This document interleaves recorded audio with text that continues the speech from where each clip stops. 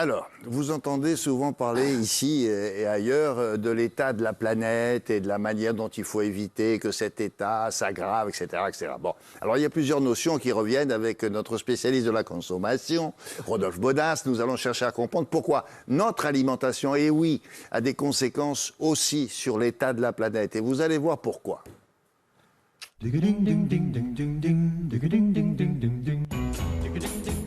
Et pour commencer, on va parler d'une notion dont vous avez entendu parler. C'est un petit peu complexe, hein. Alors, ça s'appelle le bilan carbone.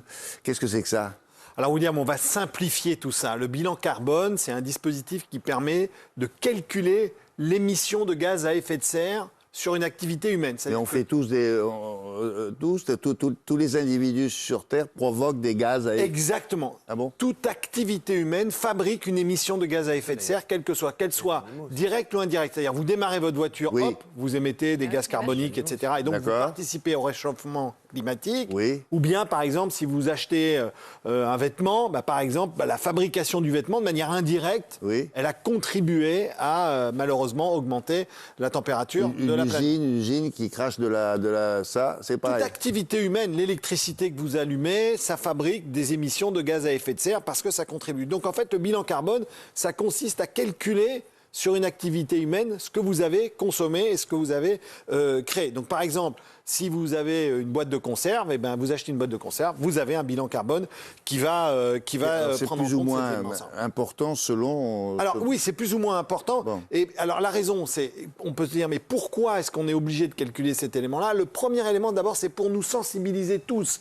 pour tous qu'on ait conscience de l'impact qu'on a sur la planète. Ça, c'est le plus important. Et on a besoin de quantifier, de dire, bah oui, lorsque je démarre ma voiture, j'ai ça comme impact. Lorsque j'achète un jean, voilà. j'ai ça comme impact, et ainsi de suite. Une sorte d'échelle. Exactement, des échelles, et on arrive à être sensibilisé. Et il faut savoir aussi qu'en France, lorsqu'on est une entreprise de plus de 500 personnes, ou bien qu'on est dans un membre d'une administration, on est obligé, dans son activité économique, de produire ce bilan. Pour faire quoi ? Pour diminuer cet impact-là. Parce que l'idée, quand même, ici, c'est de faire en sorte que tous les acteurs économiques diminuent et participent à la diminution de la température. Un bilan annuel, l'entreprise. Un bilan annuel, et elle est dans l'obligation. Par exemple, nous, l'entreprise Groupe Canal+, il produit un bilan carbone. Exactement. Ici, chez Canal+, on a un bilan carbone, et c'est comme ça que ça se passe. Bilan carbone et empreinte écologique, c'est la même chose, hein ? Alors, pas tout à fait la même chose. Le bilan carbone, c'est vraiment un dispositif qui est concentré sur les émissions de gaz à effet de serre.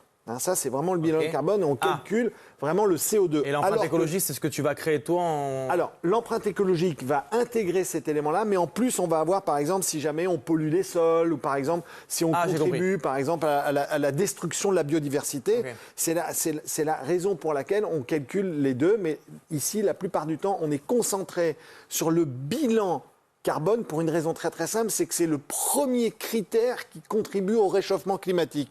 Donc c'est celui qu'on regarde. Et quand on s'intéresse à l'alimentation, il faut savoir que dans les activités humaines, le premier contributeur au réchauffement climatique, bien évidemment, c'est le transport. C'est vraiment là où on va émettre le plus finalement de gaz à effet de serre. Deuxième élément, c'est le logement, c'est-à-dire le chauffage, la clim, etc. Chauffage et en troisième point, c'est l'alimentation. Donc c'est la raison pour laquelle ici c'est important aussi d'avoir une grille de lecture quand on achète nos produits, de savoir quel est le bilan carbone. Le textile, ça vient après. Donc connaître notre bilan carbone et le bilan carbone de nos achats alimentaires, ça peut nous aider à mieux consommer en se disant oh là là, il faut que je fasse attention. Ça, je vais faire augmenter le bilan carbone. Exactement, William, c'est ça l'idée. L'idée, c'est d'en avoir une conscience pour après changer. Quand on va faire les courses, Exactement, changer nos comportements. Et c'est vrai que lorsqu'on regarde nos comportements, acheter du local, acheter du bio, par définition, on sait que ça contribue au bilan carbone. Mais parfois, dans certaines situations, on peut avoir des surprises. Et nous, quand il y a des surprises, qu'est-ce qu'on fait ? On enquête. On enquête, en effet, on est allé sur le terrain et on va pouvoir vous donner une visibilité sur finalement l'impact carbone, ce bilan carbone des fruits et légumes que vous consommez en hiver. Et vous allez voir, il y a des surprises. Et on se retrouve après.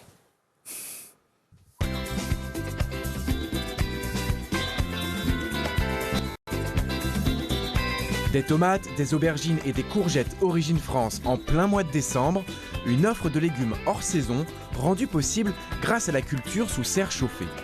souvent, on va la chauffer au gaz, au fioul, à des énergies fossiles. Donc, pour vous donner un ordre d'idée, si vous produisez une tomate en hiver en France, sous serre chauffée, elle va avoir des émissions de CO2 4 fois supérieures à la production de cette tomate pendant sa pleine saison.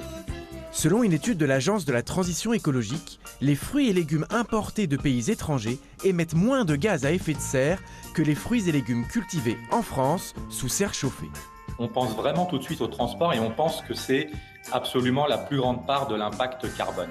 La production agricole, c'est à peu près 70 à 80% des émissions de CO2 d'un aliment et la part de transport, c'est de 10 à 15%. Une seule exception, le transport en avion. Là, le transport en avion, c'est 60 fois plus de CO2 que le transport par bateau, par exemple.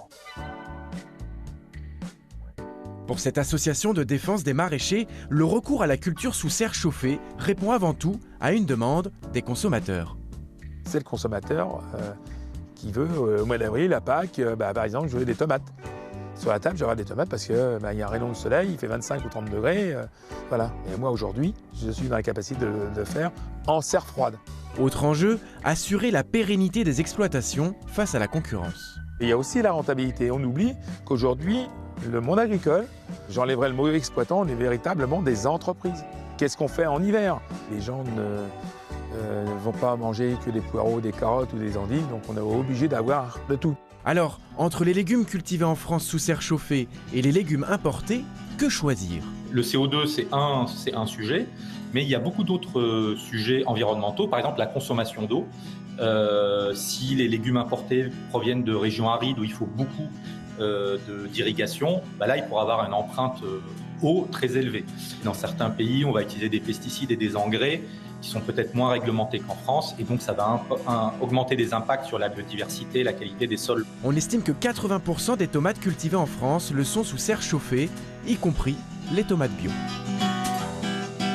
Alors, attendez, parce que si on prend en compte la transformation des aliments, ça non? Ah oui, bah oui, Ah oui. Le conditionnement, lorsque Bon.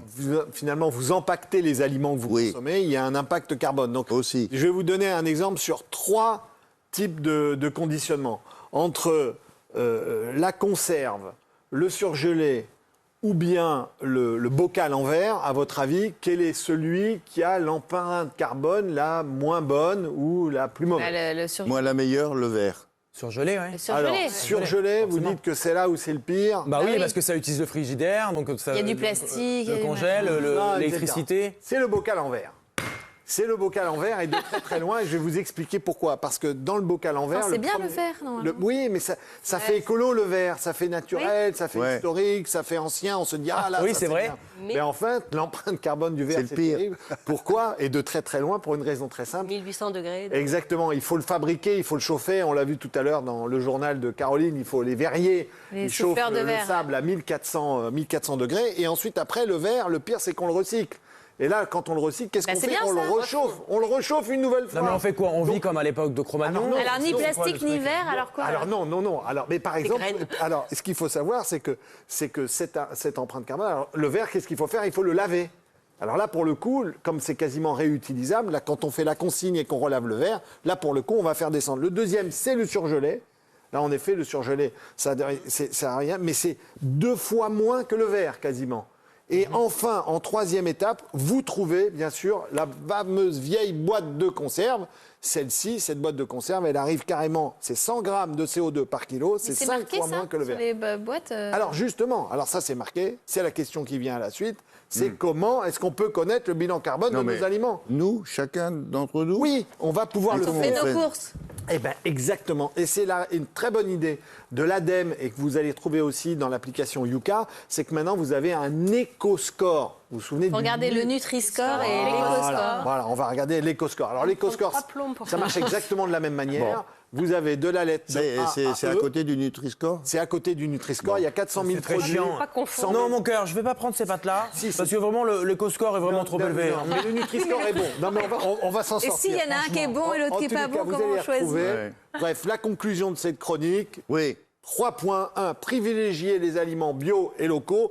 2e, mangez ce que vous achetez. Surtout, ne jetez pas, il n'y a rien de pire pour l'environnement et pour votre portefeuille. Bon. Et enfin, réduisez la part de protéines animales et plus particulièrement Les ruminants. Oui, parce que les ruminants, ils envoient du gaz. Exactement. Moi, je ne suis pas né à la bonne époque. Pour être clair. On va manger des mandarines. Merci beaucoup. J'ai enfin compris. Ouf. Dans la deuxième partie.